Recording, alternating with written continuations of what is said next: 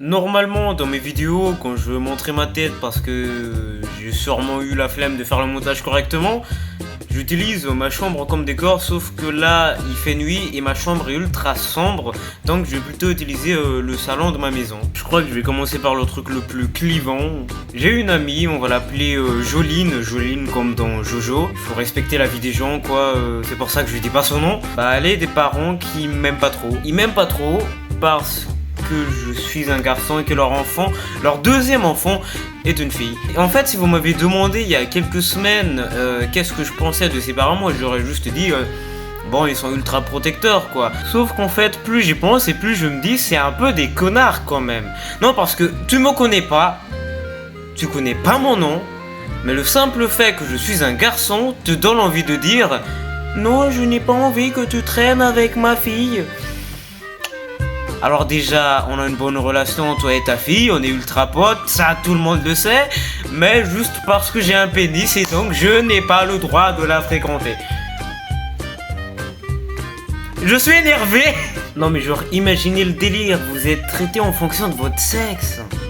Le sexisme est tellement ancré dans notre société que je me suis même pas posé la question de est-ce normal qu'il m'aime pas parce que je suis un garçon ? C'est seulement depuis quelques jours que je me pose la question hein. Bref, bienvenue dans cette vidéo, on va voir que les deux cons se foutent sur la gueule un peu pour rien et qu'il faudrait arrêter de s'entre-détester comme ça alors que la nature a fait en sorte qu'on est dépendant des autres, merde. Fiu de mental, sauve-moi.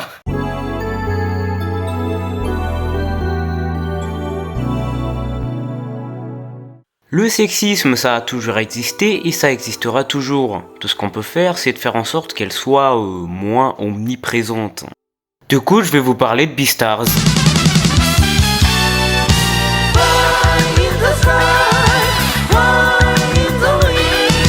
Quand on me demande quel est mon manga préféré, j'hésite souvent entre l'Attaque des Titans et Beastars. L'Attaque des Titans parce que je suis pas sûr que j'ai besoin de vous dire pourquoi. Et Beastars parce que bordel, j'ai grandi avec ces trucs. J'ai commencé l'anime quand j'avais 10 ans et là j'ai 16 ans. Croyez-le ou non, c'est grâce à ce manga si j'ai autant d'amis filles et non pas parce que je suis gay. Désolé les potes mais c'est pas ça. Beastars m'a appris de manière très indirecte qu'il fallait d'abord voir les gens comme des humains et non des sexes. Ce qui fait que je suis devenu le premier ami garçon de beaucoup de filles que je connais. Parce que si je me suis approché, c'était pas pour les péchos, c'est juste que je me sentais extrêmement seul. On peut quand même se demander comment est-ce qu'un manga sur des animaux peut te rendre, je sais pas, humain. Enfin, qui te pousse à voir les gens plus comme des humains que des sexes. Bah justement, c'est le fait que ça soit des animaux parce que je vous jure, si c'était des humains, ce serait juste un drama coréen qui n'arrête pas de crier haut et fort, nique la société, c'est de la merde.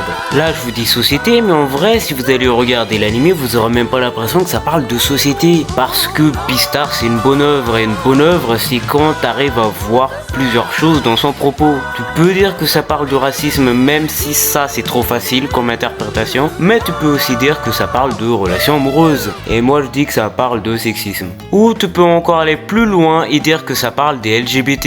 Il y a tout ça dans Beastars et il y a assez de matière pour faire une vidéo sur chacun de ces interprétations.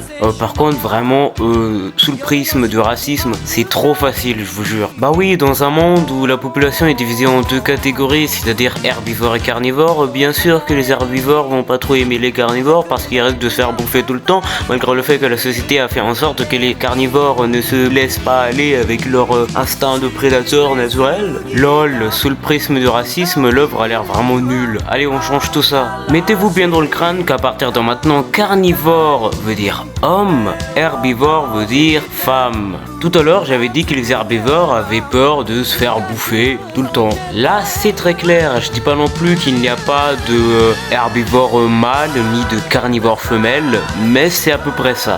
C'est d'autant plus clair quand tu sais que le marché noir existe. C'est un endroit dans Beastars où en fait les carnivores peuvent bouffer de la viande en toute tranquillité. Cette viande d'herbivore est fournie par les hôpitaux et les morgues. En fait tout le monde connaît l'existence du marché noir mais personne n'en parle. Sinon ça leur rappellerait la triste vérité comme quoi si leur société est encore debout, c'est grâce au marché noir qui soulage cette envie dévorante de bouffer de la viande des carnivores. Et maintenant si je vous dis que j'ai envie de bouffer ma copine, vous pensez à quoi ? bien sûr à un truc à connotation sexuelle, c'était évident. Je crois que vous commencez à voir le lien. Si homme est égal carnivore, donc le marché noir serait le porno. Et comme dans le monde de Beastars, je dirais que sans ça il y aurait bien plus de viols. Ou pas. Parce qu'en fait, un violeur, c'est pas un gars qui a trop la dalle. C'est un gars qui veut asseoir sa domination sur quelqu'un. Enfin, c'est ce que disent les psychologues. Pour le porno, on est entre soit ça incite au viol, soit pas du tout en fait. En tout cas, dans Beastars, ça soulage, ça c'est sûr.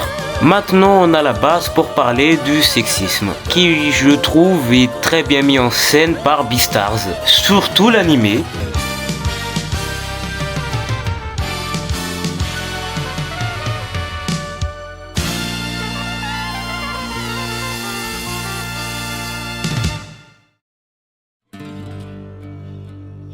Beastars commence par un herbivore de l'Institut Cheriton qui se fait dévorer par son camarade de classe. Oui, ça commence bien. Au passage, le nom de la musique utilisée à ce moment-là, c'est Cannibalisme.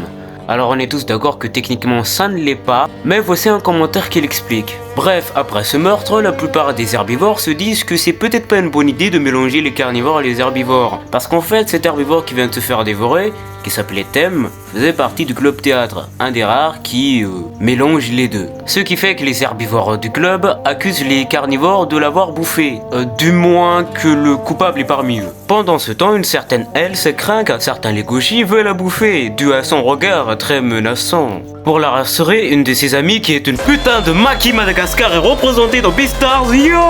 Pardon. Pour la rassurer, une de ses amies la ramène jusqu'à son dortoir. Et au moment où son amie la quitte, elle entend un bruit suspect. C'était le loup. Legoshi. Elle commence à paniquer puis sort un ciseau de son sac. Mais le loup lui prend les ciseaux et... lui montre une lettre d'amour qui venait de Thème, l'herbivore qui s'est fait dévorer il y a à peine quelques heures. Tout ici est une question de point de vue. Pour Else, Legoshi voulait la bouffer. Pour Legoshi, c'était juste lui qui attendait qu'elle soit seule pour lui remettre la lettre. Et ça c'est la connerie derrière le racisme et le sexisme.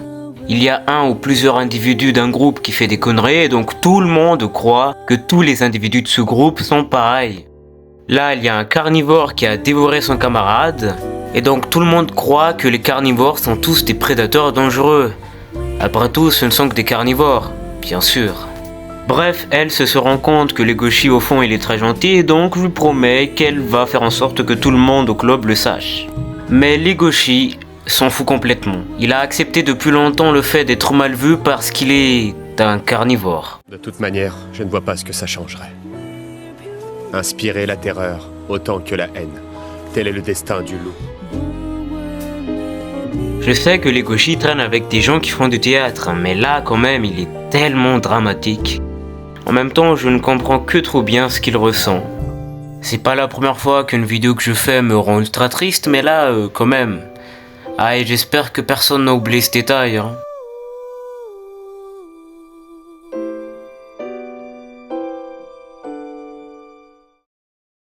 Ce gars qui devait remplacer Thème au théâtre a bouffé son texte, ce gars se met en colère et décide d'aller répéter la nuit avec lui et demande à Legoshi de surveiller l'endroit à leur place. Faire le guet. Tout se passe bien jusqu'à ce qu'une odeur d'herbivore réveille les instincts de Legoshi qu'il a refoulé pendant 17 ans de sa vie. Il devient dingue et attrape l'herbivore. Heureusement il a réussi à se contenir parce qu'il était vraiment à 2 doigts de la bouffer. Et justement l'herbivore, je vous ai pas parlé d'elle, histoire de pas spoil. Ou soit c'est parce que j'ai la flemme d'en parler, je sais pas. Bref, le destin c'est de la merde, ils se rencontrent à nouveau et Legoshi tombe amoureux de Haru. Ouais, l'herbivore en fait elle s'appelait comme ça. Mais il se demande s'il l'aime vraiment ou c'est juste lui qui a envie de la bouffer. C'est un peu comme si je me posais la question de est-ce que j'aime cette meuf parce que j'ai envie de la baiser ou parce que je l'aime vraiment. Et après moult péripéties, il se rend compte que oui, il l'aime vraiment parce que c'est la première herbivore qui la voit non pas comme un carnivore mais comme une personne. Et Legoshi aussi la voit d'abord comme une personne avant d'être une herbivore. Ce qui fait que c'est réciproque, sauf que leur amour a l'air un peu impossible. À partir de là, on pourrait parler de racisme, mais flemme, c'est pas le sujet de la vidéo. Et vu que je suis existentialiste, je vais vous parler d'existentialisme. Le lien avec le sexisme, vous allez voir. L'existentialisme est un courant philosophique qui nous dit que c'est à toi de décider ce que tu deviendras, et que c'est pas une puissance supérieure de le faire à ta place. En gros, le destin c'est de la merde. Puis d'un côté, t'as l'essentialisme qui dit tout le contraire. tu es comme ça par naissance et tu ne peux pas changer. En gros, l'essentialisme dit que si t'es né en tant que fille, tu seras mère au foyer. Voilà. Et la base du sexisme, c'est l'essentialisme. Les femmes sont X et les hommes sont Y, et à partir de là, on peut traiter les gens différemment en fonction de leur sexe. Et je crois que c'est pour ça que je déteste autant le sexisme. Parce que déjà, c'est le contraire de ma philosophie, et ensuite, parce que ça limite de ouf en fait. Genre, on te réduit à quelque chose parce que tu es né en tant que tel. T'es rien de plus que ton sexe. Voilà. Et je sais pas vous, mais pour moi, c'est une insulte. Et je crois que c'est pour ça que je suis autant énervé quand je pense aux paroles de Jolene. Bref, cette vidéo est finie, ne nourrissez pas le sexisme en balançant des préjugés de merde, peu importe si vous êtes un garçon ou une fille. Et si vous vous demandez pourquoi il y a Jujutsu Kaisen juste derrière, c'est parce qu'en fait, oui, ça parle aussi d'existentialisme et d'essentialisme. Et Machol aussi d'ailleurs. Est-ce qu'un jour je ferai une vidéo sur ces deux animés? Peut-être. On peut donc en conclure que le truc le plus existentialiste qu'on puisse faire, c'est de devenir trans. J'adore ma phrase. Sur ces belles paroles, je vous laisse. Won't you make this right while bringing chaos anew? Eat it up, all you find, all that you're having enough. Like a maze for life, it's rendezvous. It's always twisting deep inside you, I'm special. In this world of lies that's always spinning on through. No, no, no, don't be still, a storm will come and alone. Like a maze for life, it's rendezvous. Despite the words that they throw, you are my special. We are special.